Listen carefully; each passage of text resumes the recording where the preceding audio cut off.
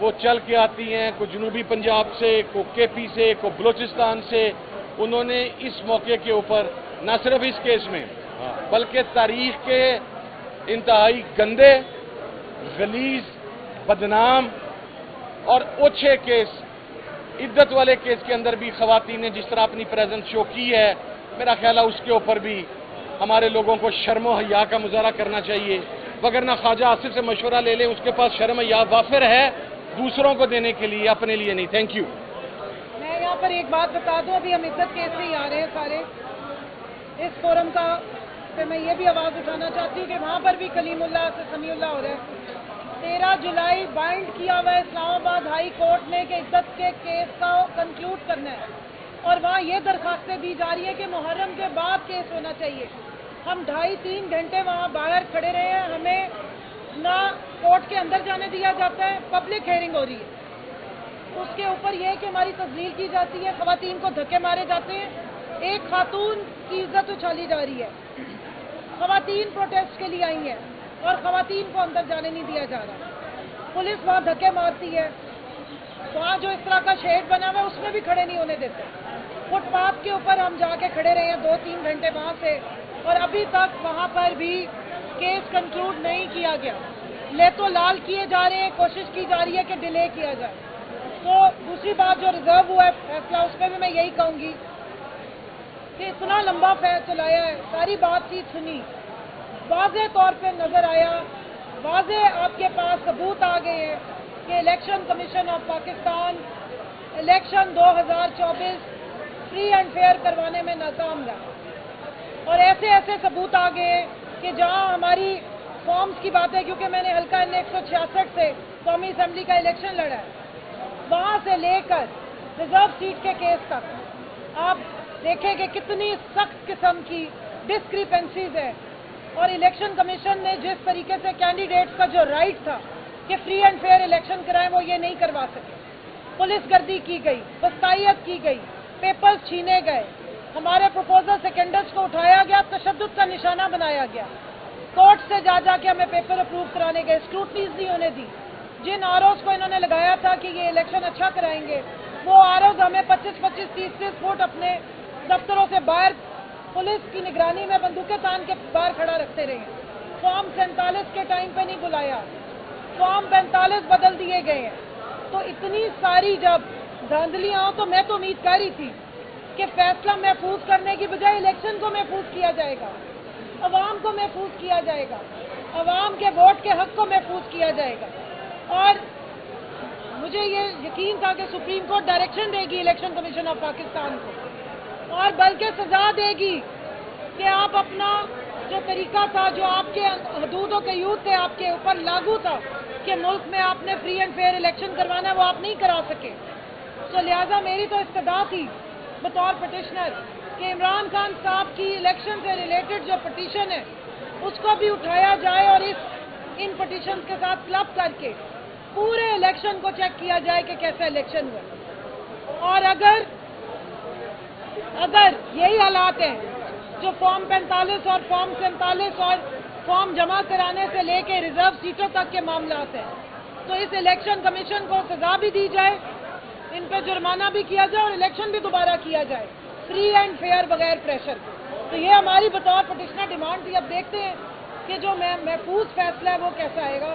اور پاکستان میں پچھلے 2 سال سے صرف فیصلے ہی محفوظ ہوتے ہیں، نہ عوام محفوظ ہے، نہ آئین محفوظ ہے، نہ جمہوریت محفوظ ہے، نہ ووٹ کا تقدس محفوظ ہے، نہ کوئی خواتین محفوظ ہے، نہ خواتین کی عزتیں محفوظ ہیں، نہ ہمارے گھر محفوظ ہیں. لیکن ایک بات کی خوشی ہے کہ فیصلے محفوظ ہیں.